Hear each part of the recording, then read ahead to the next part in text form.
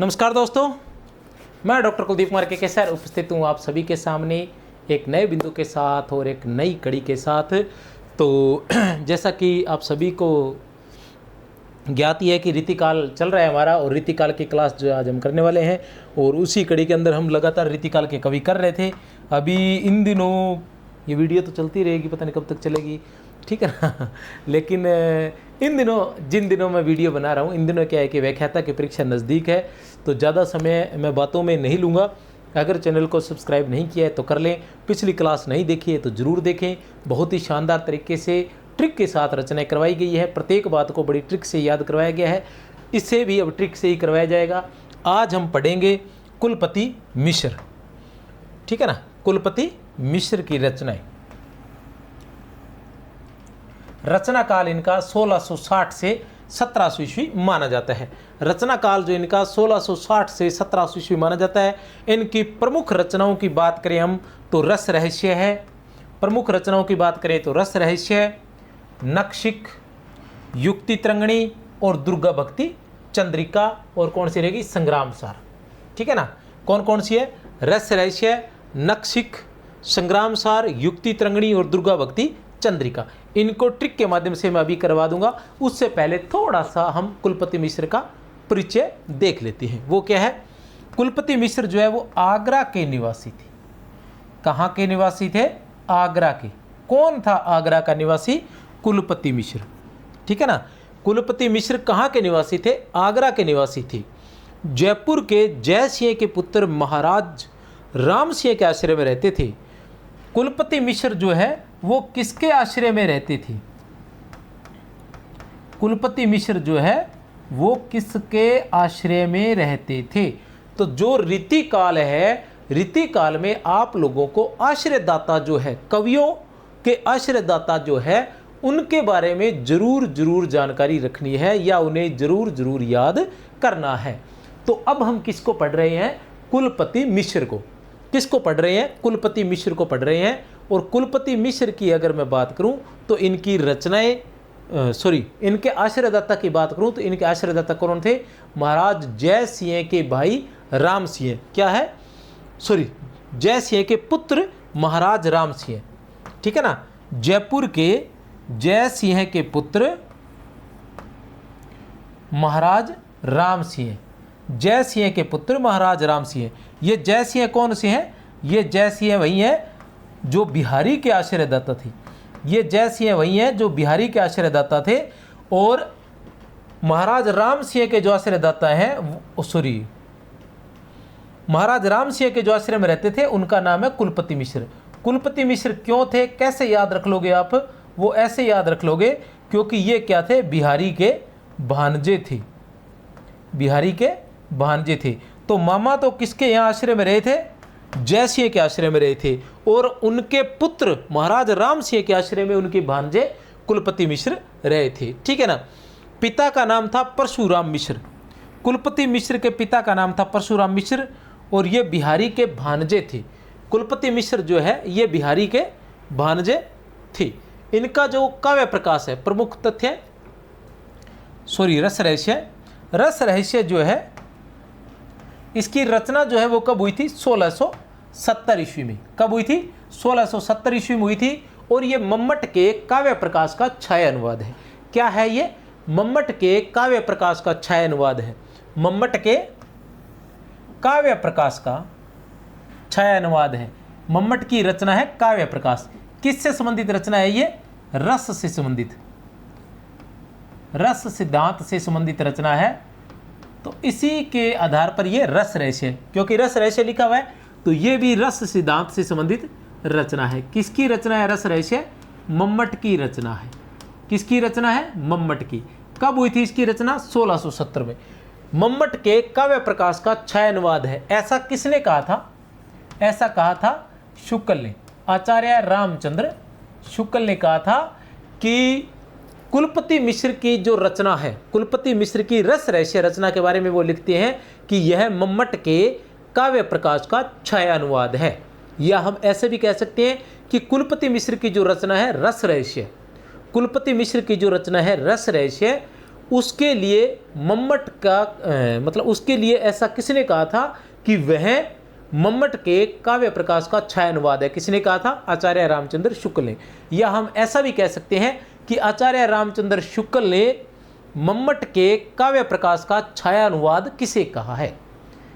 आचार्य रामचंद्र शुक्ल ने मम्मट के काव्य प्रकाश का छायानुवाद किसे कहा है? तो रस रहस्य को। और रस रहस्य किसकी रचना है? कुलपति मिश्र की। कुलपति मिश्र कौन थे? बिहारी के भांजे थे और जय सिंह के पुत्र राम सिंह के आश्रय में रहते थे। जय सिंह के पुत्र राम सिंह के आश्रय में रहते थे। दूसरी रचना है इनकी संग्राम सार। संग्राम सार की रचना कब हुई थी? 1680 ईस्वी में। ये क्या है? महाभारत के द्रोण पर्व का अनुवाद है। ये क्या है? महाभारत के द्रोण पर्व का अनुवाद है। महाभारत के द्रोण पर्व, क्योंकि महाभारत पर्वों में विभक्त है तो उसमें से जो द्रोण पर्व है उसका ये अनुवाद है। दुर्गा भक्ति चंद्रिका। दुर्गा भक्ति चंद्रिका की बात करें तो ये दुर्गा सप्तशती का पद्यवद अनुवाद है। दुर्गा भक्ति चंद्रिका जो रचना है, दुर्गा भक्ति चंद्रिका जो रचना है, दुर्गा भक्ति चंद्रिका जो रचना है, ये दुर्गा सप्तशती का पद्यवद अनुवाद है। दुर्गा सप्तशती का पद्यवद अनुवाद है। इनका एक पद भी है, जगते अद्भुत सुख सदन शब्द अरु अर्थ कवित ये लक्षण मैंने क्यों समझी ग्रंथ बहुचित। एक पद ये है, दूसरा पद ये, एक रूप ही अर्थ बहु जहां कहे कवि कोय न्यो रूप लिखिए नहीं अनविकृत है सोय। जगते अद्भुत सुख सदन, जगते अद्भुत सुख सदन किसका है? जग से अद्भुत सदन कुलपति का। याद रख लोगे ना कि कुलपति का जो सदन होता है वो सबसे अलग होता है, सुख का सदन होता है। कुलपति का जो सदन होता है वो अद्भुत होता है, अलग होता है। तो क्या है? जगते अद्भुत सुख सदन, जगते जग से अलग अद्भुत सुख सदन, ठीक है ना? किसका होता है? कुलपति का होता है। इस तरह से इस पंक्ति को, क्योंकि ये पंक्ति महत्वपूर्ण है तो आप याद कर सकते हो किसकी है? कुलपति की। किसकी पंक्ति है? कुलपति की। जगतई अद्भुत सुख सदन, जगतई अद्भुत सुख सदन किसकी पंक्ति है? ये कुलपति की। दूसरा, एक रूप ही अर्थ बहु जहां कहे कवि कोय न्यो रूप लिखिए नहीं अनविकृत है सोय। एक रूप ही अर्थ बहु, एक रूप ही अर्थ बहु किसका है? ये भी कुलपति मिश्र का है। किसका है? कुलपति मिश्र का। तो कुलपति मिश्र की रचनाओं की हम बात करते हैं तो कौन कौन सी है? रस रहस्य है, ठीक है ना? संग्राम सार है, रस रहस्य है, संग्राम सार है, दुर्गा भक्ति चंद्रिका है। रस रहस्य है, संग्राम सार है, दुर्गा भक्ति चंद्रिका है, युक्ति तरंगणी है और नखशिक है।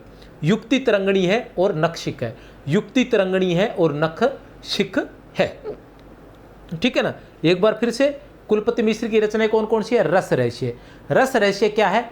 मम्मट के काव्य प्रकाश का छायानुवाद है। रस रहस्य जो है वो मम्मट के काव्य प्रकाश का छायानुवाद है। दूसरी है संग्राम सार। संग्राम सार की रचना कब हुई थी? 1680 ईस्वी में। वो क्या है? महाभारत के द्रोण पर्व का पद्यबद्ध अनुवाद है, या महाभारत के द्रोण पर्व का अनुवाद कह सकते हैं। महाभारत के द्रोण पर्व का अनुवाद है। तीसरी रचना है दुर्गा भक्ति चंद्रिका, वो दुर्गा सप्तशती का पद्यबद्ध अनुवाद है। दुर्गा सप्तशती का पद्यबद्ध अनुवाद है। उसके बाद आता है युक्ति तरंगणी, फिर आता है युक्ति तरंगणी और नखशिक। युक्ति तरंगणी और नखशिक ये इनकी अन्य रचनाएं हैं, ठीक है ना? हम बात करें रस रहस्य की तो उसकी रचना 1670 ईस्वी में हुई थी। और दूसरी कौन सी थी? रस रहस्य के बाद आती है संग्राम सार। संग्राम सार की रचना हुई थी 1680 ईस्वी में। संग्राम सार की रचना हुई थी 1680 ईस्वी में। उसके बाद आती है युक्ति तरंगणी। युक्ति तरंगणी की रचना है जो 1680 ईस्वी में हुई थी, दोनों की, ठीक है ना? याद रह जाएगा। चलते हैं आगे। इसकी जो सबसे महत्वपूर्ण बात है कुलपति मिश्र की वो यही है कि इसके आश्रयदाता कौन थे? महाराज जय सिंह के पुत्र राम सिंह इनके आश्रयदाता थे। बिहारी के भांजे थे और इनकी जो रचना है रस रहस्य उसकी रचना 1670 ईस्वी में हुई थी। और रस रहस्य जो है उसको मम्मट के काव्य प्रकाश का छाया अनुवाद कहा है आचार्य शुक्ल ने। इसके बाद आते हैं वृंद। वृंद की हम बात करते हैं तो ये एक प्रकार के नीति कवि या फिर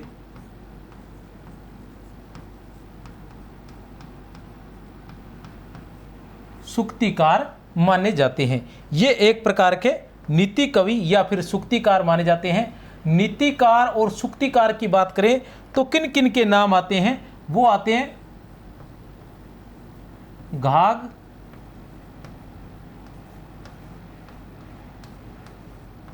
बेताल,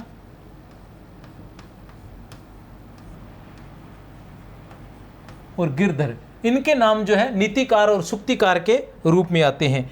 और शुक्ल ने इन्हें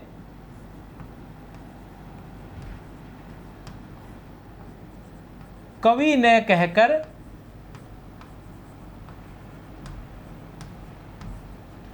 क्या कहा है, सूक्तिकार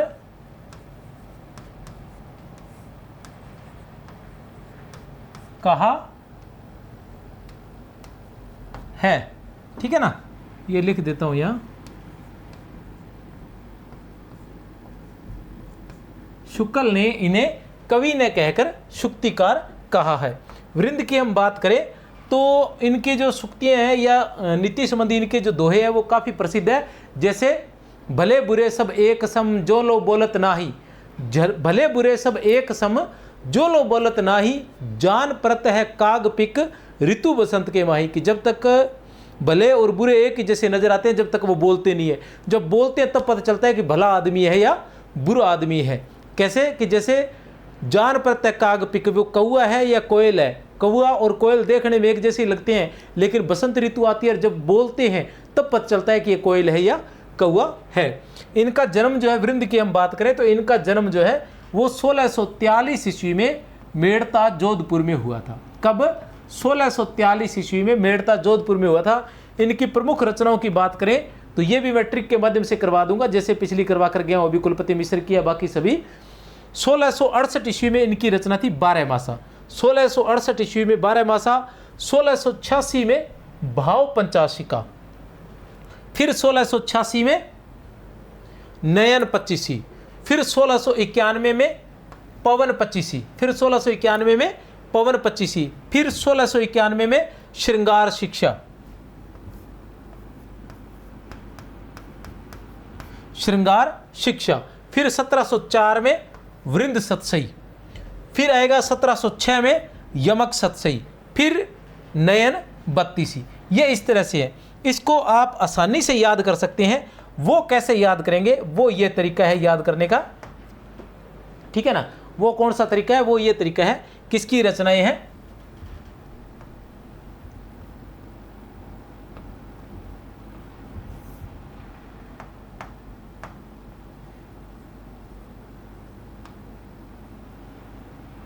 वृंद की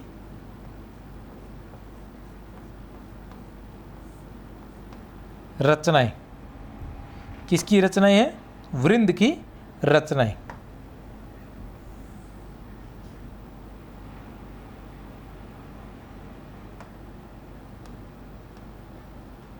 वृंद की रचनाएं देखते हैं, बड़ी आसानी से करवा देता हूं मैं अभी आपको।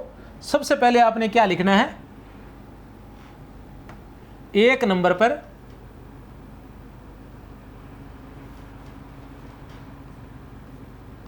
एक नंबर पर 1668 ईस्वी। 2 नंबर पर आपने क्या लिखना है, 68 का उल्टा 86, 1686 ईस्वी। 3 नंबर पर आपने क्या लिखना है, फिर 1686 ईस्वी। 4 नंबर पर आपने क्या लिखना है, 1691 ईस्वी। फिर 5 नंबर पर आपने क्या लिखना है, 1691 ईस्वी। फिर 6 नंबर पर आपने क्या लिखना है, 1726 1704 ईस्वी। फिर 7 नंबर पर आपने क्या लिखना है, 1706 ईस्वी। पहले आपने ये सब कुछ लिखना है। 1 नंबर पर 1668 ईस्वी, 2 पर 1686 ईस्वी, 3 पर फिर 1686, फिर 1691, फिर 1691, फिर 1704 और फिर 1706। अब रचनाएं कौन कौन सी हैं वो भी देख लेते हैं, कौन कौन सी रचनाएं हैं। सबसे पहले हमने किसको याद किया था, सबसे पहले किसका नाम लिया था, सबसे पहले हमने लिया था 12 मासा का। तो सबसे पहले आ जाएगी 12 मासा रचना। किसकी रचना है ये, वृंद की रचना है। सबसे पहले 12 मासा, फिर आ जाएगा भाव पंचासिका, फिर आ जाएगा भाव पंचासिका, पंचासिका भाव पंचासिका, पंचासिका से 25, भाव पंचासिका से 25, 25 से हम याद करेंगे नयन 25, नयन 25 से पवन 25, नयन 25 से पवन 25, नयन 25 से पवन 25, और नयन 25 के साथ एक और आ जाएगा नयन 32, एक रचना और भी आ जाएगा नयन 32। अब नयन 25 पवन 25, 25 से श्रृंगार शिक्षा, श्रृंगार शिक्षा।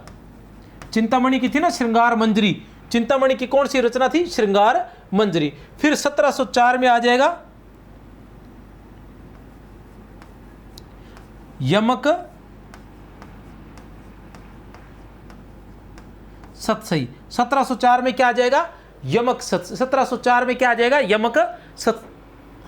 अच्छा एक मिनट, 1704 में वृंद सतसई है, सॉरी 1704 में वृंद सतसई, वैसे ज़्यादा फर्क नहीं पड़ेगा, चिंता नहीं करें।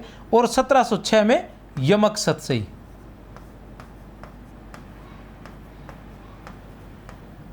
इस तरीके से इनको याद कर सकते हैं। 1 नंबर पर 12 मासा रखेंगे अकेला, फिर भाव पंचासिका अकेला, फिर नयन 25 और पवन 25, नयन 32, 25 से श्रृंगार शिक्षा, और फिर यमक वृंद सतसई और यमक सतसई। इस तरह से आप याद कर सकते हैं। 12 है मासा, फिर भाव पंचासिका, बै और भय, बै और भय।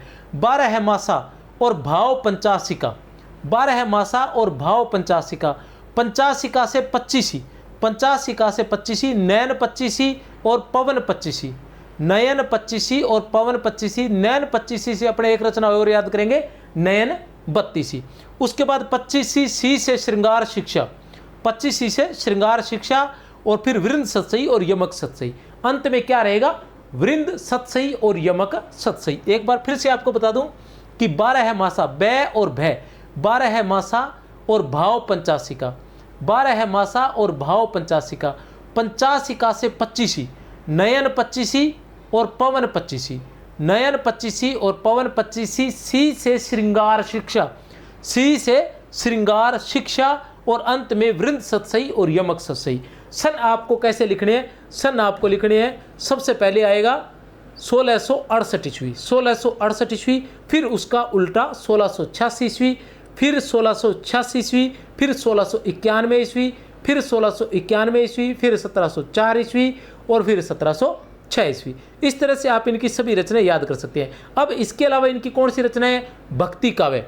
अब इनकी जो रचनाएं हैं अलग, वो कौन सी है उनको भी हम देख लेते हैं।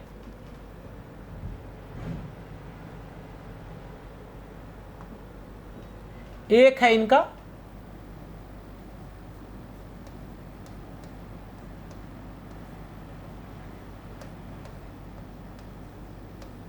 भक्ति काव्य। क्या है इनका, भक्ति काव्य। भक्ति काव्य की बात करें तो इनकी कौन कौन सी रचनाएं हैं, भक्ति काव्य में इनकी 12 मासा और समेत शिखर छंद। कौन सी आएगी,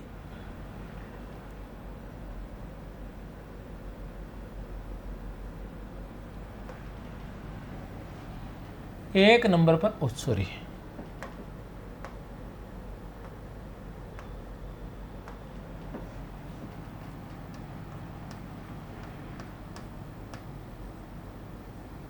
12 है मासा और 2 नंबर पर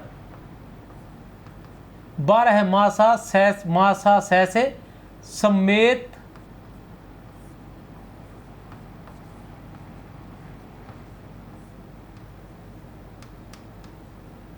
शिखर छंद। 12 है मासा और समेत शिखर छंद। 12 है मासा और समेत शिखर छंद।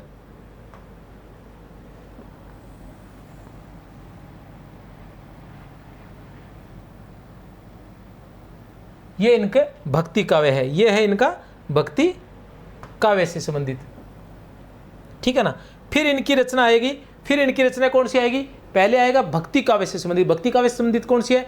12 मासा और समेत शिखर छंद। उसके बाद इनकी रचना आएगी नीति संबंधी, नीति से संबंधित। नीति संबंधित बड़ी आसान है, नीति से संबंधित,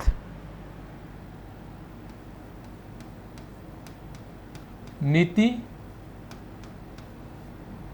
काव्य। नीति काव्य की बात करें तो इनकी रचनाएं आ जाएंगी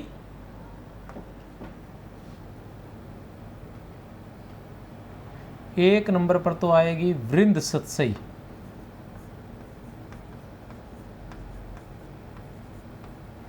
और दूसरी आ जाएगी भाषा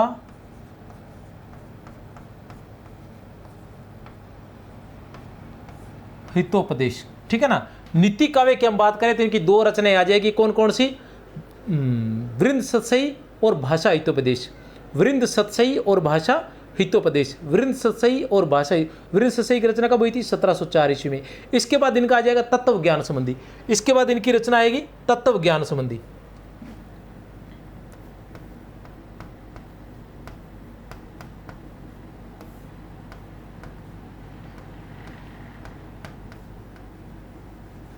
तत्व ज्ञान संबंधी, तो तत्व ज्ञान संबंधी क्या आएगा?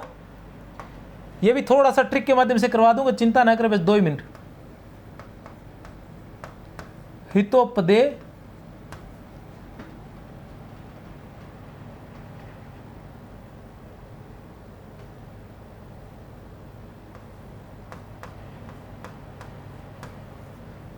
हितोपदेशाष्टक, हितोपदेशाष्टक तत्व ज्ञान संबंधी, भक्ति काव्य संबंधी, नीति काव्य संबंधी, तत्व ज्ञान संबंधी, और फिर आएगा वीर काव्य संबंधी।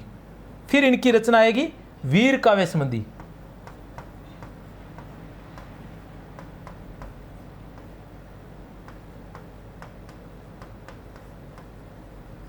वीर काव्य संबंधी इनकी कौन कौन सी रचना आएगी?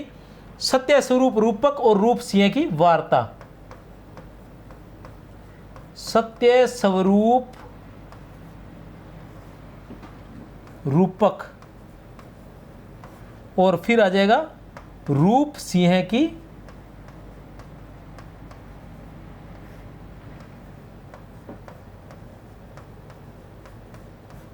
वार्ता।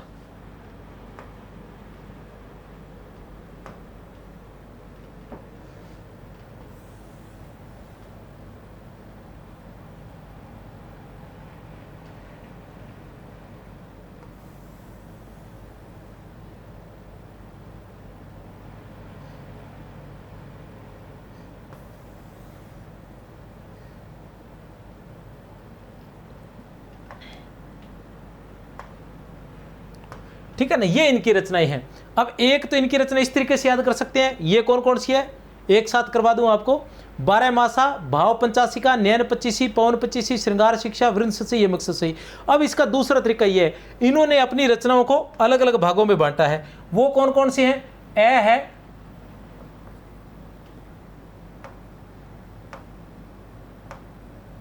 एक नंबर पर हम देख लेते हैं भक्ति काव्य। एक नंबर पर हम ले लेते हैं भक्ति काव्य, एक नंबर पर है भक्ति काव्य। भक्ति काव्य की बात करें तो 12 मासा और समेत शिखर छंद। 12 है मासा से समेत शिखर छंद। 12 है मासा और से समेत शिखर छंद। 2 नंबर पर इनका आ जाता है नीति काव्य। 2 नंबर पर क्या आ जाएगा? नीति काव्य। नीति काव्य की बात करें तो वृंद सतसई और भाषा हितोपदेश। वृंद सतसई और भाषा हितोपदेश, वृंद सतसई और भाषा हितोपदेश, नीति काव्य। 3 नंबर पर आ जाएगा इनका तत्व ज्ञान संबंधी रचनाएं। 3 नंबर पर तत्व ज्ञान संबंधी भाषा हितोपदेश और हितोपदेश हितोपदेशाष्टक, हितोपदेशाष्टक, हितोपदेशाष्टक, हितोपदेशाष्टक। 3 नंबर पर तत्व ज्ञान संबंधी हितोपदेशाष्टक। 4 नंबर पर है वीर काव्य। वीर काव्य की बात करें तो यह भी आसान है, सत्य स्वरूप रूपक और रूप सिंह की वार्ता। सत्य स्वरूप रूपक और रूप सिंह की वार्ता, सत्य स्वरूप रूपक और रूप सिंह की वार्ता। इस तरीके से आप इसको याद कर सकते हैं। एक बार फिर से मैं इन सभी को बता दूं, वो क्या है, वृंद की रचनाएं 1668 ईस्वी में 12 मासा, ठीक है ना। सबसे पहले 1668 ईस्वी में 12 मासा, उसका उल्टा 1686 ईस्वी, ठीक है। भाव पंचासी का 12 है मासा, बै और भय का तालमेल, बै और भय का 12 है मासा, भाव पंचासी का, पंचासी का से 25, नयन 25, पवन 25, नयन 25, पवन 25, 25 सी से श्रृंगार शिक्षा, सी से श्रृंगार शिक्षा, सी से श्रृंगार शिक्षा।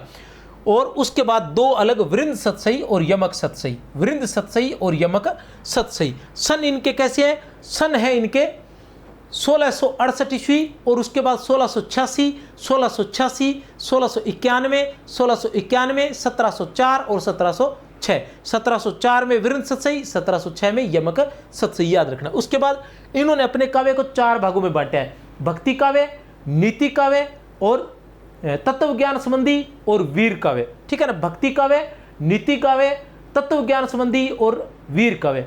भक्ति काव्य संबंधी इनकी 2 रचनाएं हैं, भक्ति काव्य संबंधी इनकी 2 रचनाएं हैं। 12 है मासा, सह से समेत शिखर छंद, 12 है मासा और सह से समेत शिखर छंद। उसके बाद इनका आता है नीति काव्य। नीति काव्य की 2 रचनाएं हैं, वृंद सतसई और भाषा हितोपदेश, वृंद सतसई और भाषा हितोपदेश।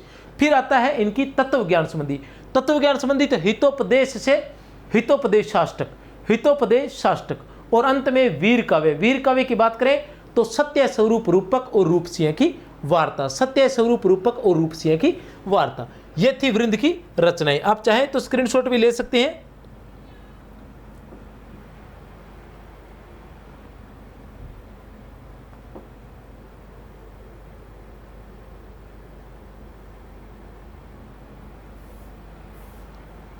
यमक सतसई, यमक सतसई में क्या है, यमक सतसई की हम बात करें,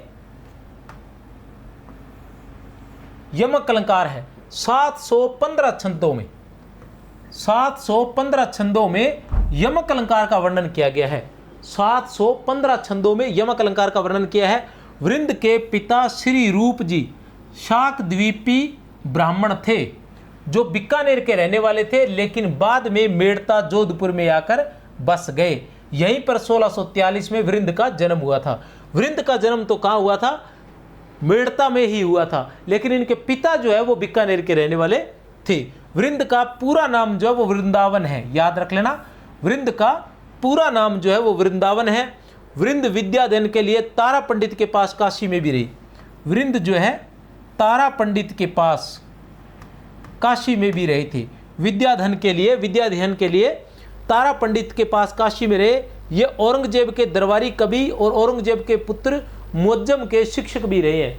ये औरंगजेब के दरबारी कवि भी रहे हैं। ये किसके दरबारी कवि रहे हैं, औरंगजेब के, याद रख लेना भैया।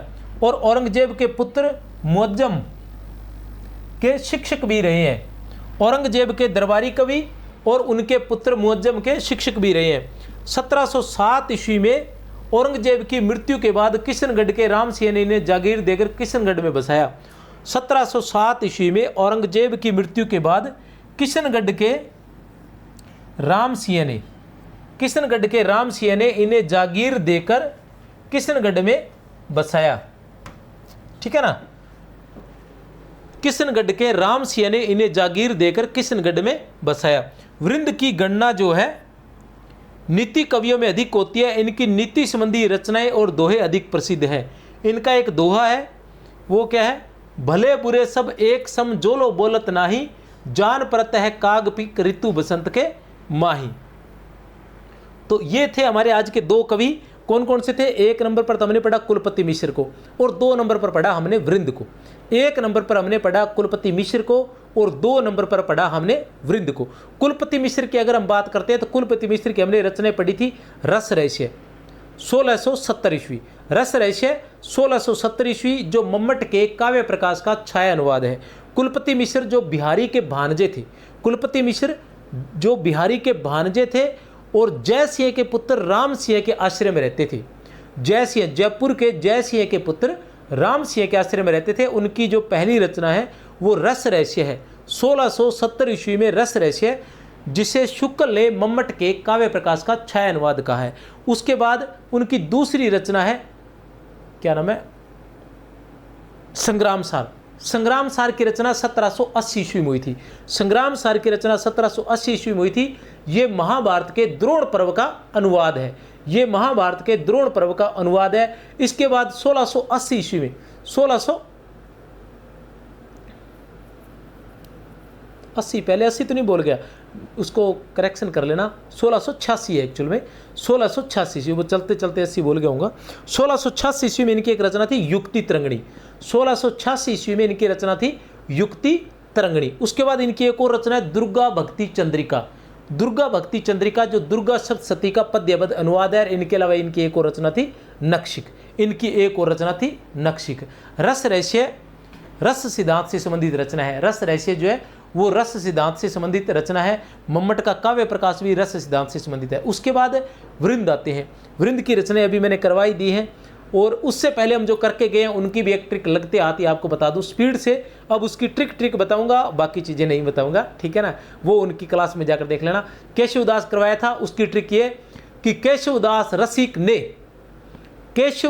रसिक ने नक्षिक कवि रामचंद और रतनवीर को, केशवदास रसिक ने नक्षिक कवि रामचंद और रतनवीर को विज्ञान गीता देकर जहांगीर के पास भेजा। यहाँ केशवदास की सभी रचनाएं आ जाती हैं।